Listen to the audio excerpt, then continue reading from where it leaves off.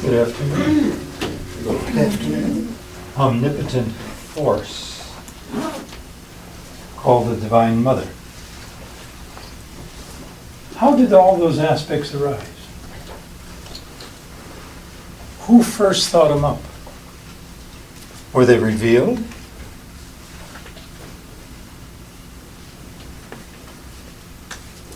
If you had an unusual experience, I know that's hard to believe,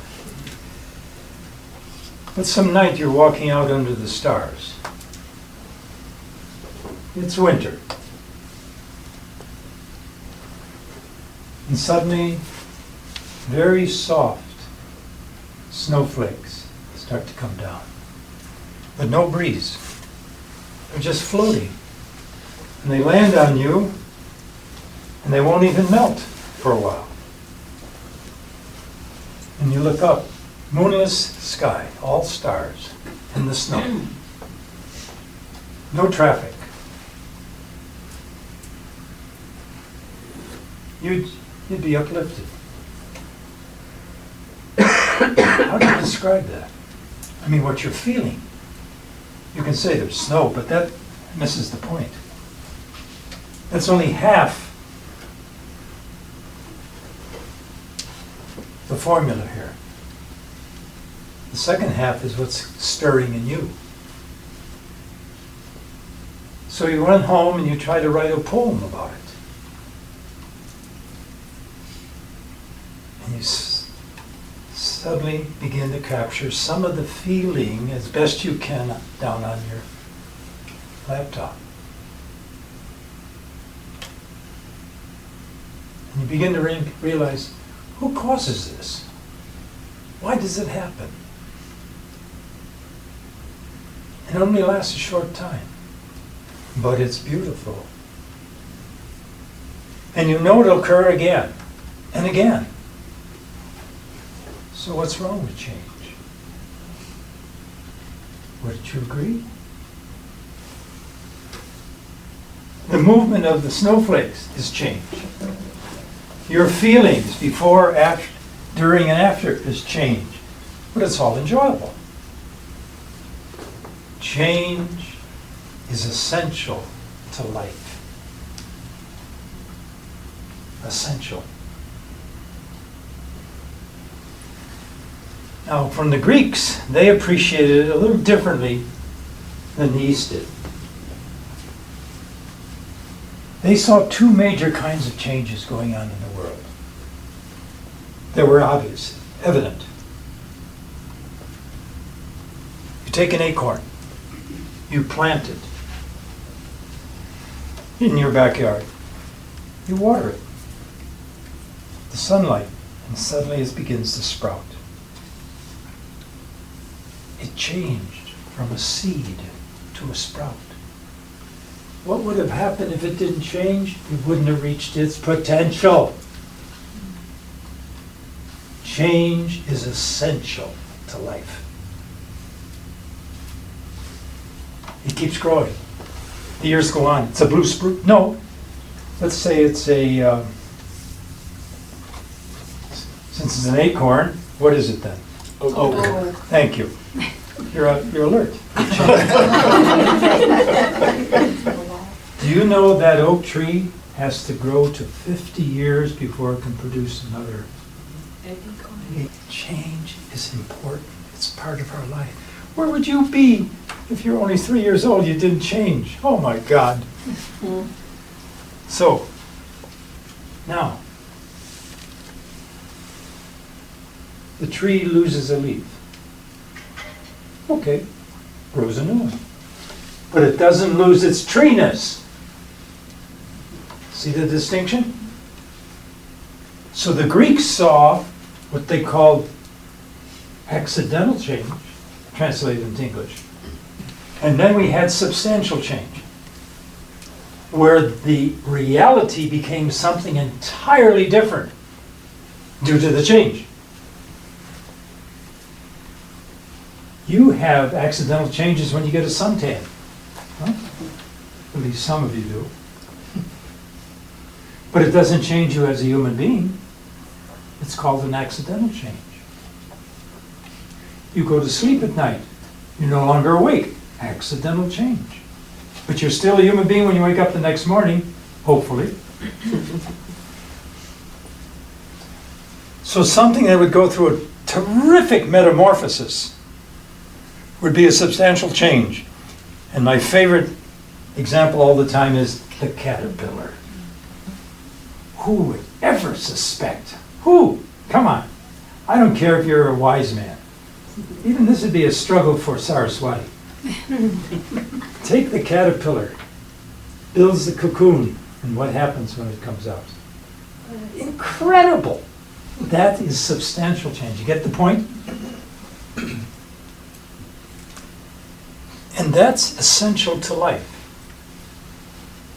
You came here today. You change your locus. That means place, in case you didn't know that. So you came from home, you came to here. You remain here a while, and then you go back. You had another accidental change, but you're still a human being. You go through the seasons of the years, but you don't change. But you feel the seasons of the year because they change substantially. Summer is not autumn. So, you can see what I'm getting at, huh? And we enjoy the changes, do we not? We love the seasonal change. I hated living in California for 8 years. There was only one season, hot or lukewarm. I couldn't stand it. I missed all the seasons. There's something very substantial in you, though. But you have to appreciate the fact you're a combined being. You're not a single entity, an amoeba. You're an embodied being. You have a body. That changes all the time. Your corpuscles last mostly 45 days if they're lucky. You get brand new ones. Do you know how many of you have changed? I can't even count the number. You bump your skin, or you get a sliver, or you cut. What happens? The body immediately changes that opening and begins to coagulate. Grows a scab to protect you. Changes again. And all the changes that go on in you have only one goal. SP. Self-preservation. Why? Because beings want to stay in existence, and they will allow themselves to go through changes to stay in existence. You got it? You don't become another being as the years go on. You're still the same being you were as a child, but your embodiment has changed. So your mind, your consciousness, has always been the same, except it can change. Did you know that? In spite of what you heard earlier? You know how you change it? You get a new idea. I never thought of that. Wow, that's a change. And not only that, I'm giving you a secret. You're not allowed to tell anyone out of this room, or else. Sorry, I'll have, what's her name?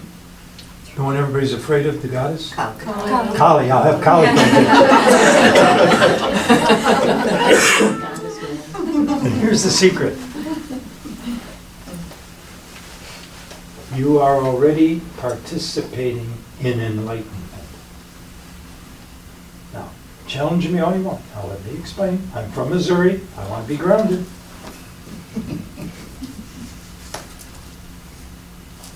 Compare what you know today to 5 years ago. I know that's kind of hard. What is that called, that change? That's called participation in enlightenment. It's not just suddenly the light goes on. It's you keep growing. In our tradition, we don't shock you. We grow you into the fullness. You're like the acorn tree. You gradually make it. That would be a good analogy, huh? Because some of you are going to have to go 50 years before you get there. No matter when you start. So think about that. I'm serious. Challenge me all you want. You are already participating in enlightenment because you know the truth. But you just keep adding on to the truth more and more. That's the beauty. Another point that backs it up. Would you say you appreciate life a little more than you used to? That growth in self-awareness is Saraswati growing out of you. There you go. Because that's what she's there for. To remind you who you really are. You're the son and daughter of Saraswati. Wow. So, the more you can appreciate life, the more you're participating in enlightenment. Swamiji used to brag to me, and I tease him all the time. He said, Justin, I don't know anybody in the world that's happier than I am. I said, you want to bet? We had a nice rapport at times. I had to be careful though. Anyway, I used to watch him. He was always at one with himself. That's the only way I can explain it. I don't care what the circumstances were. Whatever the crowds, the rushing, quietness, he was always himself. I used to watch, I couldn't take my eyes off him. How does he do that? Come on, tell me, how do you do it? Then I realized, he learned to love himself for what he was. You have any immortal essence that's hidden by your body to protect it in this mad world. So, in our tradition, we want you to enjoy life. We want you to enjoy material success. I don't care what anybody else says. If that's your path. Some of you are meant to be. Some of you are meant to go in different directions. We've got artists in the room, dancers, painters. I knew I'd get you in here, Lorraine, some way. And each of you have your talents which express the wisdom that's hidden deep in your heart. That's our tradition. We don't buy the Bhagavad Gita. No bolts of lightning have hit me so far. It doesn't say it enough. Swamiji told me that. We go beyond yoga. Hey, I like that phrase. We live in what is called the Sri Vidya, the fountain of knowledge and wisdom, and beauty, and power. So we emphasize the second sutra. Yoga is the self-control of the powers of the mind. You can do that, you can do anything. And he did. But he did it with finesse.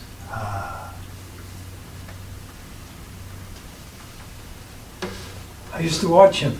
When he would meet a grandmother, my God, he was like her son. He would cater to her, pick up all the nuances, help her sit down, help her be. I just watched this man. It was amazing. He could adapt.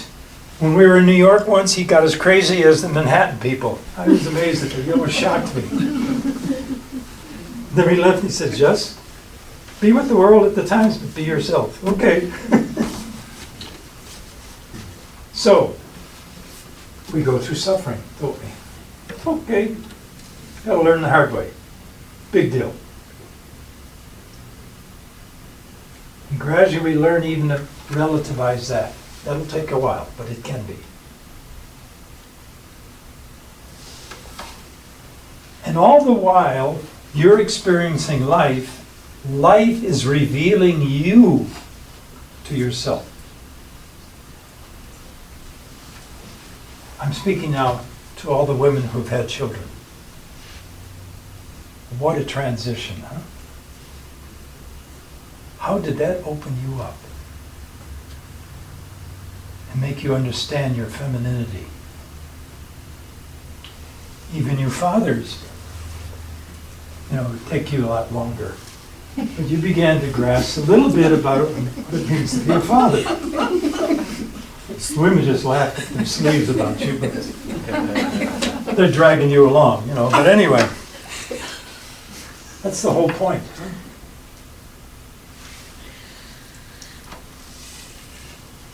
Saraswati created this universe to reveal not only herself, but you through herself, and nature is her garment, her perfume, the lilt of her voice. So the more we can begin to appreciate life, nature, the more we can help create the kind of society we'd like. And it's unfortunately that there's only small groups like us. But you go to your workplace, your neighbors, they get a sense of, you're a little different. Maybe. So your presence radiates the level of your self-awareness. Your connection to your inner nature. The fact that you are striving for wisdom, to know the order of things and to live and appreciate its beauty. People pick up on that. May not stay long, but they'll pick up on it occasionally. And one day you realize this person is trustworthy. We call that virtue. Virtue and yoga go together. You can't separate them. You pull them apart, you won't have anything.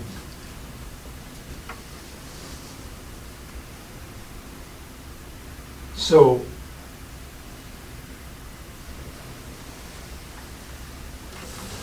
the title of the lecture was Letting Go. What are we letting go of? I think you realize by now what it is. We let go to get ahead. That's all. The swimmer pushes the water behind him, the runner. That's all it's about. You can appreciate the present. Fine. You also know that some of the present is going to have to change. Fine. You can enjoy a good meal. It's over, you savored it, and you say, that was a fine meal. But you don't get depressed. Because you'll know there'll be more meals. And life goes on. So we accept the limitations of change.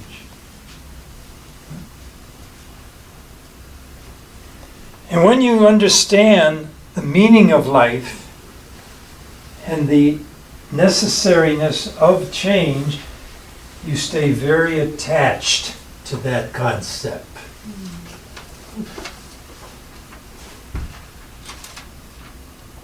Because if you're not attached, you're not going to grow. You're going to bake a cake. What shall it be? Chocolate layer cake?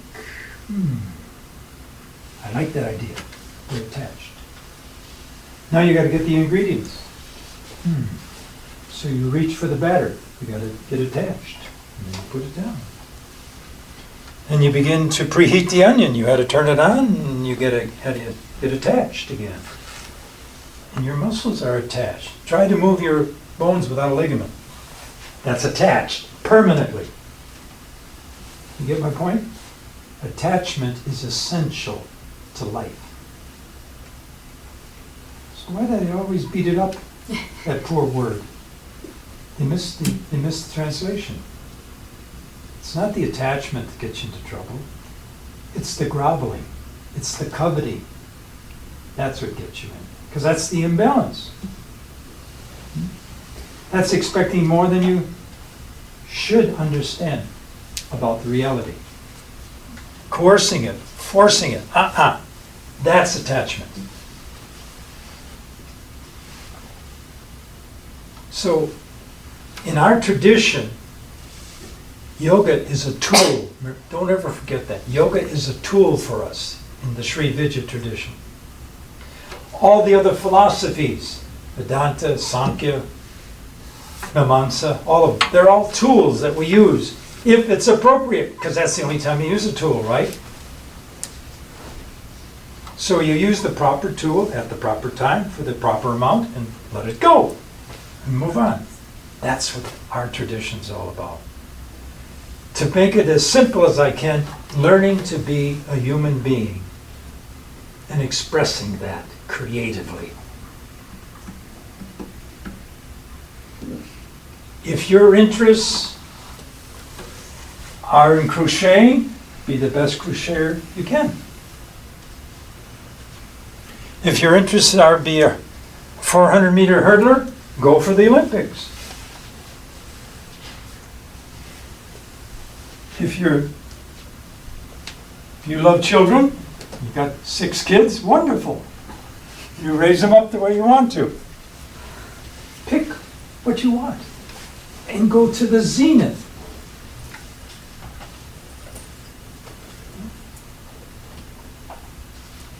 Swamiji had the richest jewel I've ever seen in the world. It was his. This master says, you're stuck with it. It was that long, that circular, pure emerald. Probably $1 billion. It was his. What's he going to do with it? Just admire it? I held it for a few seconds one day. I said to him, so what are you going to do with it? He said, I don't know. It's going to be an albatross. In Swamiji's cave, and excuse me, I've been there, I experienced it one night. He and his master took me for a walk through the corridors. We went into a room that was higher than this wall, about 3/4 of this room, and from the edges, up like a pyramid, were nothing but gold, silver, jewels, all kinds, rubies, emeralds, diamonds. It was the Count of Monte Cristo's haven. It had been given to them over centuries, by the Rajas who came and asked for blessings, and they would bring this stuff. What do these guys do with it? When Swami used to run into town, he took more money than anybody else, and he just had to say, oh, go grab a handful. He knew a jeweler in town, in Rishikesh, who'd give him rupees for the jewels. And that's what he did. They used it, but they had it. So, my point is, enjoy what you have. Don't be ashamed, don't apologize. That's not in our tradition. That's for other people. You're meant to enjoy life. That's what Saraswati wants. That's why she gave you this parlor of enjoyment. And that's what is summed up in our tradition. If you don't change, you won't get to enlightenment. Remember what I said, right now, everybody in this room, no exception, you are all participating in it at different levels. At different levels. Don't be jealous, you're going to get there. Because there's a momentum in you by your very nature. Just like that seed. Huh? You didn't have to condense it. Come on, seed, grow. Grow, please grow. You gave it the proper ingredients, it grew. You have your proper ingredients. The people that love you, your own self-love of others. That enables you to change and widen your appreciation of life. So that you can say, oh, I was wrong there. Big deal. Now you can correct it, huh? Wow. I never realized. That's neat. So you'll be shocked. Some things will contradict you and maybe even hurt you for a while until you wise up. But the point is, life itself will kick you in the butt to get you moving more and more. Your friends, your activities, your job changes, huh? Here's another thing there's a bonus here for you. The more you love life, the less fear can creep in. Think about that. The more you love life, there's no room for fear. You see the failures of things. You see the limitations. You see where things could hurt you, so you walk around them.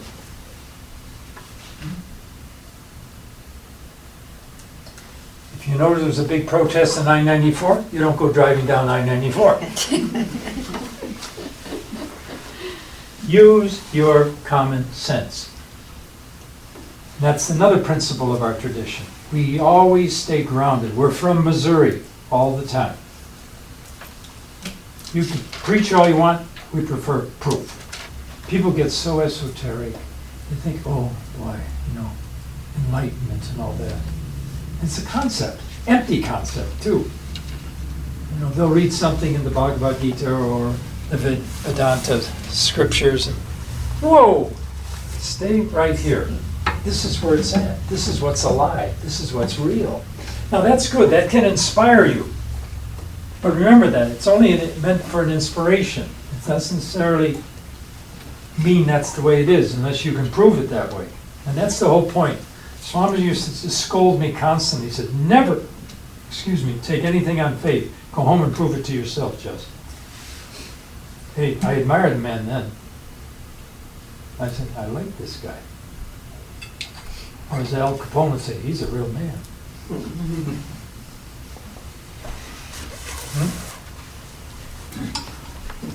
So, in our tradition too, we have a sense of justice. Because justice means being real. That's all it means. What'd you say? Being real. It means treating things with their proper due. I like that. That's why I can't stand people who want to go and shoot deer. I don't like hunters. I'd leave the room if I was in a room with them. But that's my prejudice. I can't see killing things just for the fun of it. Doesn't make any sense to me. To me, that's a degradation of your nature. But I'll get off the book now. So,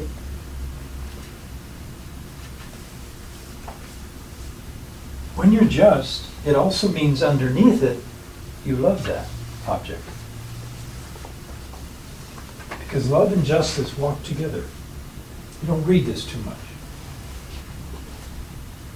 If I truly love you as my friend, I'll always be just to you. As best I can. And so, all the virtues, as I see it, converge with yoga. Now, we got to jump on most of the world. And that's what we call meditation. And it's such a paradox when you think about how is the ability to calm down, not get involved with discursive activity, thinking about ideas. In other words, stepping back and just being at ease in your silence, how that suddenly can develop you into a greater awareness of what life is all about. That's a mystery. I haven't solved it yet. But to me, it's so delightfully bewildering. I keep pondering and pondering, and I do it perfectly just before I wake up, where my mind is free, and then when I get up, I forget it all the time. Why did I do that?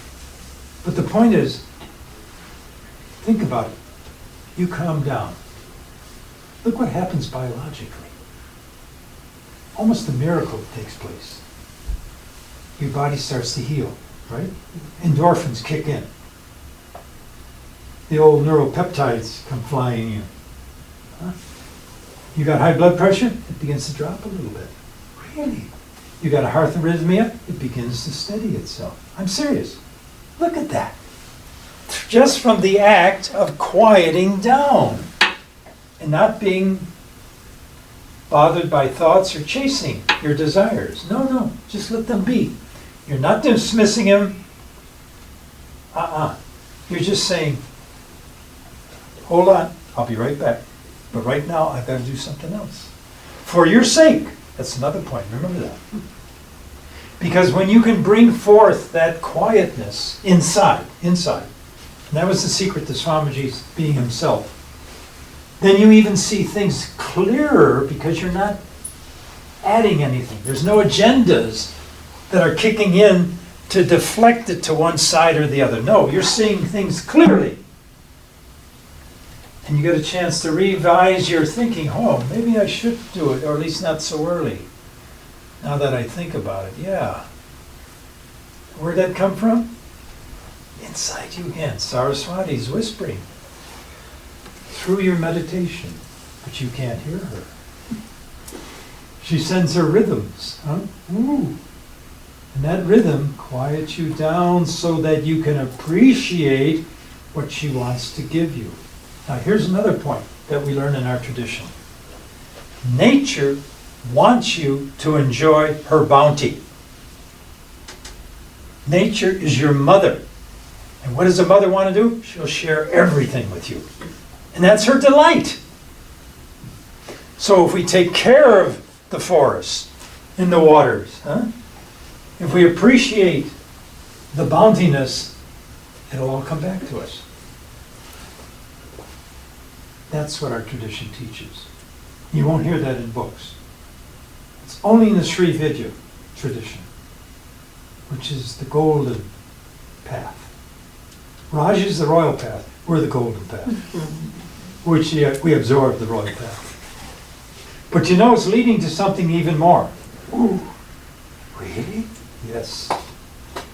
Because meditation is incomplete without contemplation. Ooh, what do you mean by that? Okay, here we go. You're in a receptive mood, and you walk out on the 14th of this month and you look up at the sky.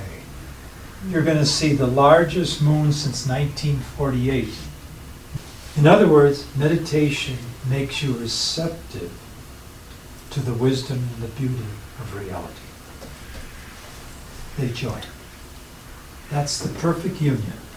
Meditation, contemplation. You're meant to possess reality.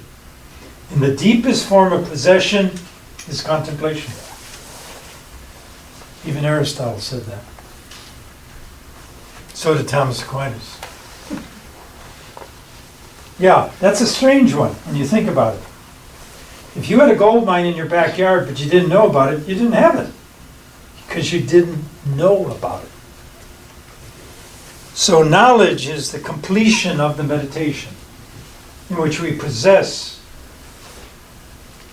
the truth that was available all the time. Let's talk a little bit about control. Yoga is the self-control of the powers of the mind. Now, there's certain implications there.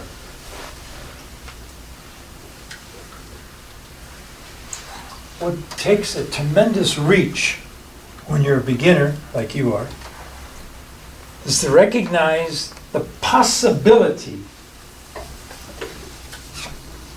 that the power of my mind could affect the weather. Come on, get real, Swami. In England, there's an English vicar. You want to know what a vicar is? Talk to my buddy over here. He'll explain what vicars are.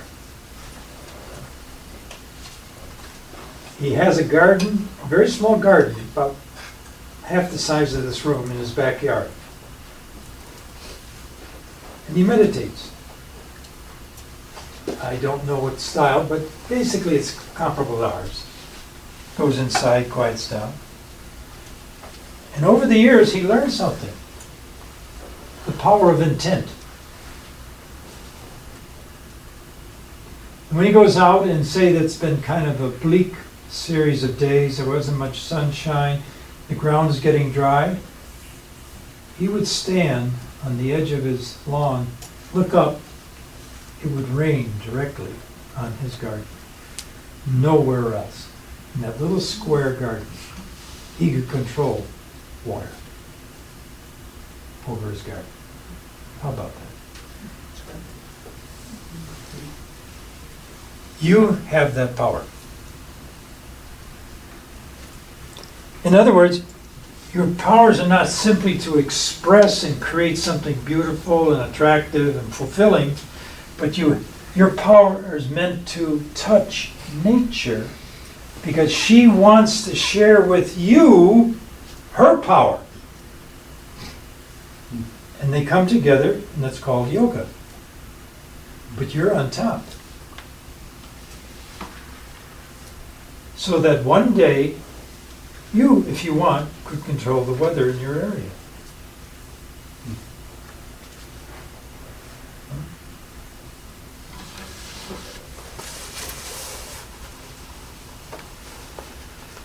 Some of you have discovered that certain animals are starting to pop into your life. Maybe a raven, or a crow, or a hawk, or who knows? An eagle occasionally comes flying. Why is that? Is that purely coincidental? I don't think so. Because in nature, she's also decided to really have fun with her children, namely us, by saying, I'm going to let you have a certain particular creature, one of my creatures, to be your friend. We call it talisman. Should I tell the story of my encounter, the first one, Yes. big one? Mhm. Okay. I was in California. Aveda, at that time, Horst Reckelbacher was alive. He sent me out there to give a wellness workshop for a couple of days to his plant in LA. Can't stand it. There was a new hotel being built, and so it was kind of bleak around there, which was nice. I appreciate it. Because it was quiet. So it was late summer, so it was still, LA, it's always summer there. And it was about 3, and I said, I'm going to go for a run. So put the shorts on, went downstairs, I went out to the parking lot. It's one of these, big ones with big, tall, 3-foot stores, night lights. About 100 yards almost. It was huge. I'm starting to find out what direction should I go and explore, And all of a sudden, on the far side, I saw an unusual bird. Had a large breast, chest, multicolored. It was a magpie. I had never seen a magpie, but I recognized it from pictures and stuff. My God, look at that beautiful bird. Excuse me, I don't suppose you'd like to come down? I'd love to introduce myself. Instantly, that bird, I almost fainted. Oh my God. And he came, he landed on a branch 6 feet from me, and he started talking all the time. He wouldn't even let me say a word. I said, well, I'm so impressed. I'm walking this way, would you like to come? He kept bouncing along for 50 yards then. Every branch getting closer and closer as much as he could, coming way out towards me. And that's what I call awesome. You know what awesome means. And I didn't know what to do, but I wanted to go for the run, but I didn't want to leave him. Or her. Probably her. I said, well, I'm going for a run. I certainly hope we meet again. And off I went. While I was running, a bird dive bombed me, but I don't know if it was her. Because she was so fast away, I didn't get a chance, but I zoom over my head and around. And I came back and I was way at the far end where I had just started out. I was thinking, and guess who's sitting on the as a sentinel on top of the front door? And she spots me, flies right over. And we continue our conversation all the way down the parking lot again. I don't know what to say. And I tell her, I'm just overwhelmed with your trust. I hope I understand what this means. I'm sure you're telling me something, but I'm too dense to understand it. So I went in the hotel, never saw her again. But So Davey and I decided we wanted to drive to Niagara Falls when I got home. We were going to travel the northern route and come back this way. And I was sat at night, the night before in meditation, and I asked the sages to please protect us, but I want a sign. Physical sign. I'm from Missouri. Prove to me that you take care. They're thinking, what are we going to do with this guy? So next morning I'm packing the bags, putting them in the car, and nothing happens, and a hawk flies right over my head. Thank you. Every morning when we got in the car, a bird would come down or go across within 2 minutes of the car. Every day. I thought, this is incredible. And then, when I go running, I'd find feathers on the path all the time. Oh boy, what's going on here? So I decided, I've got to find out. So who do you go to? You go to an Indian community. North American, of course. So I drove across the river Croix. It's only a half hour away. And I'm in Wisconsin because I knew there were a lot of Indian communities. And I said, I'll just go find one. So I was driving one Saturday afternoon. And I said, this looks like I got a good feeling. So I drove into town. Sure enough, they're all Indians. So I walked into a department, small store. I said, excuse me, my name is, and if you don't mind, could I just tell you a few things that happened with me in nature? He said, yeah, what happened? I said, do you know someone who could explain? He says, yes, I do. Her name is Ann, but I don't know if she'll talk to you. You can ask her. I said, fine, she works in the shoe store next block. Okay. And I walked in, and I spotted Ann right away, 5 foot tall. I said, excuse me, Ann, but the lady, I got her name, said that you might be able to explain. I could see she was, who is this guy? Suddenly there was a swirl of energy around us and pulled us both forward together. She was as startled as I was. She said, did you feel that? I said, I did. I'll tell you now. And she said, they picked you. The crow and the hawk had picked you. And if you contemplate on them and ask them a question, they'll speak to you in your mind. It works. Life goes on. But look again, There's an extension, a change. And I'm very attached to that, and I'm not going to let go. That's my whole point, because it's part of wisdom. So nature is meant to, in one sense, serve you, but in the right sense. You can't help but want to help your friends. That's not service, it's just an expression of love. I hate the word service, We got to do self-service. You do it on me, but I'm not just going to do it on you. It's just spontaneous, isn't it? You don't ever think about it. Whether it's money, cakes, mochas, whatever, just give it to them. And it's your enjoyment, because you just grew immensely too. And that's part of your attachment. If you didn't stay attached to your growth, could you grow? No. You'd still be stuck where you were in the beginning. But you come and you realize, how much more? Wow! And I'm attached to that idea too. Keep growing. And so nature will help you. The minute she says, aha, we got a live one here, let's go get her. And that's what will happen. Mysterious things will just come to you sometimes. I have learned the hard way this one, so Try it out. I try sometimes to remember, at least occasionally, when I'm finished with meditation, or even when I first get up in the morning, which is, well, we won't do that too often. I say to my mind, remind me today what I need to do. Make me aware of what's there. And brother, does that work? I'm surprised at myself. My God, I almost forgot that. Thank God it came to me now.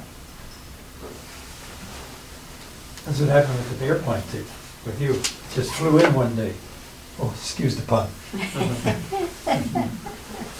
But you'll be surprised. Your mind is your friend, but you gotta cultivate the friendship. I'm serious. Cultivate the friendship. Ask your memory to say, please bring back to me. Notice what I said, please? Please bring back what I need to know when I need to know it. I don't want to know when it's too late. When I need to know it, just ask it. And when it does, thank it. Okay, got to tell you another story.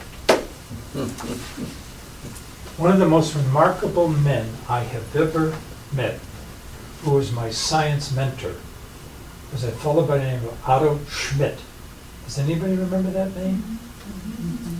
Yeah, you would. Otto Schmidt had 3 doctorates. He was like me, he's kind of slow learner, so we had to keep going to get him. Physics, chemistry, biology. Can you imagine? Physics, chemistry, biology. He taught in the grad school at the U. And he was very overweight man. I regret that he didn't take better care of himself. And it was starting to affect his, what do you call it when it gets to in your legs, the veins? The edema. Huh? The varicose veins and Varicose edema. veins and everything, yeah. But, trying to remember whatever brought us together. But anyway, as we got to know each other, he said, I've been reading about your Swami Rama. You think we could meet? I said, I'll arrange it. I said to Swami, she says, I want to meet him. So he did some experiments with Swamiji. And we used to constantly have lunch together. And even when I went away, when I was over in Europe for about 6 to 8 years, and then I came back, I picked up where I left off with him, and he still had the same stained tie that he had worn 10 years earlier. His total awareness, Now, he was totally in agreement with Swamiji and higher consciousness, as you would call it, in my school. Because he used to pump me. I knew that, but I was pumping him from science. So we sort of exchanged. Now, what got him going? Listen to this one. He had 2 brothers, and they were older than him, and they kind of looked down on him. So he was always fighting that thing. But his mother liked him best. She died when he was about, 12 or 13, I think. And one day he was in his house in Minneapolis. He was making lunch, and he came out, and his mother was sitting at the table. He couldn't believe it. He gave her a plate of food, and she actually ate it. I don't know how that one happened. And they just talked. And then she vanished. That broke him open to knowing that there was another realm. And he constantly pursued that, but he was extremely from Missouri. So everything had to be grounded. That's why with Swamiji, they would talk about what neuron or what nerve are you using, or what are you suppressing with your breath. And so he began to try to understand the biology of higher consciousness. That's a nice title. I like that too. So we got going a long time. Now this guy had 51 patents. He was a millionaire. And here's the irony. People wanted to pick his brain, but not let him know it. And he knew that he would deliberately give away things. And they'd go running off and create a patent on it. He didn't care anymore. So towards the end of his life, in his 80s, and he knew he didn't have a lot going for him, he used to pump my brain and say, I want to work with my mind at night. Because I don't need much sleep, a couple hours. I said, I envy you very much. Anyway, he used to stay up at night and play with his mind. This is where it got me going. I realized, wow. And he was inspired by Swami Rama. Now the structure that influenced him the most was an event that occurred in Colorado that you don't know about, but I'm going to tell you about. You never heard it from me. He was invited by the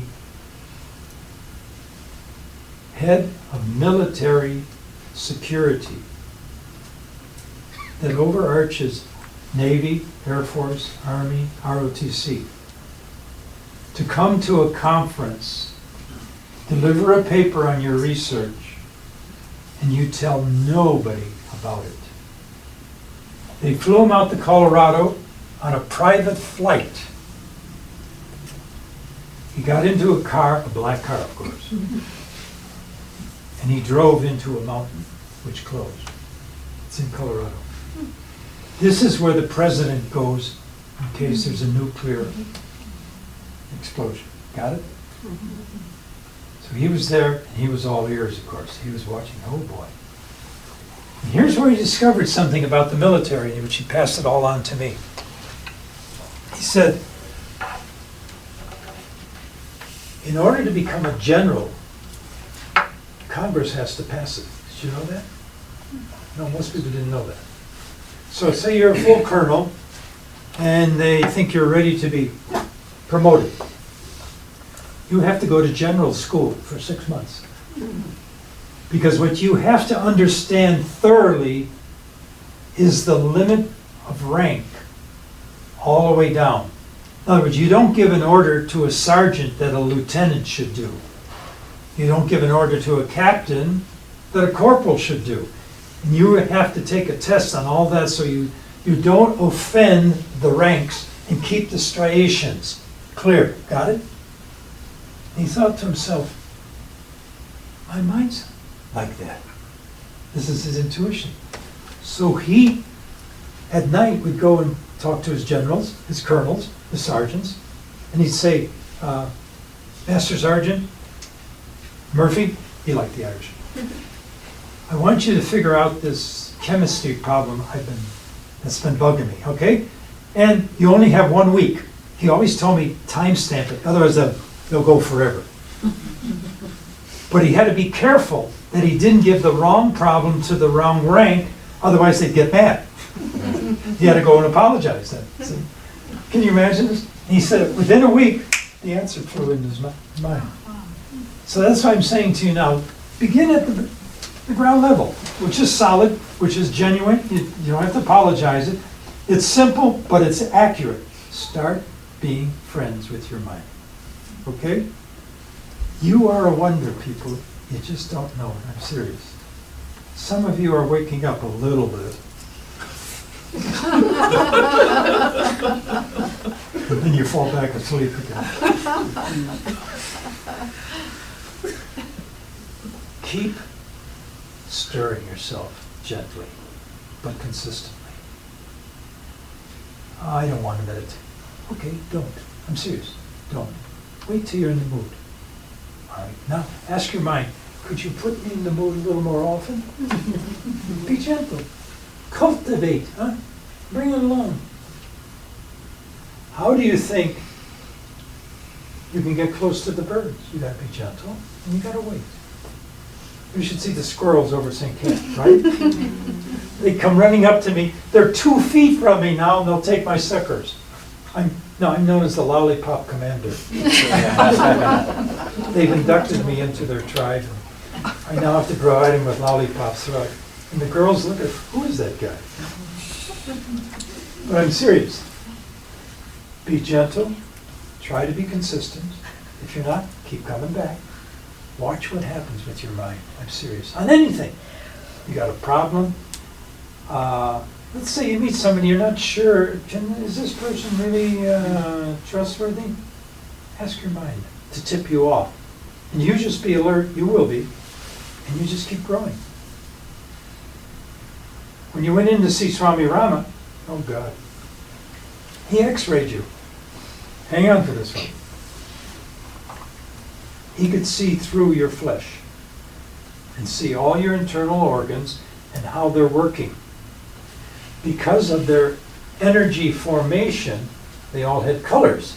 Can you imagine that? Colors. And he could tell by the brightness or the dullness of the color the degree of health that was in that body. And he could say, I think I know what mantra to give him, to send a vibration that would radiate, what's the word? Radiate? Not radiate, but resonate with that organ so that it would increase its health. And he always wanted me to sit there and see if I could pick up what he was doing. I was always grateful for that blessing, to watch him. Because afterwards I said, what'd you see, Swami?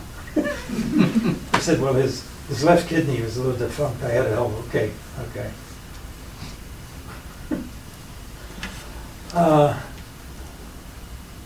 That's your destiny. You are the architect. Forgive me for boring you again, huh? It's your decision. How do you want to live your life? And if you've messed it up, so what? Unmess it now.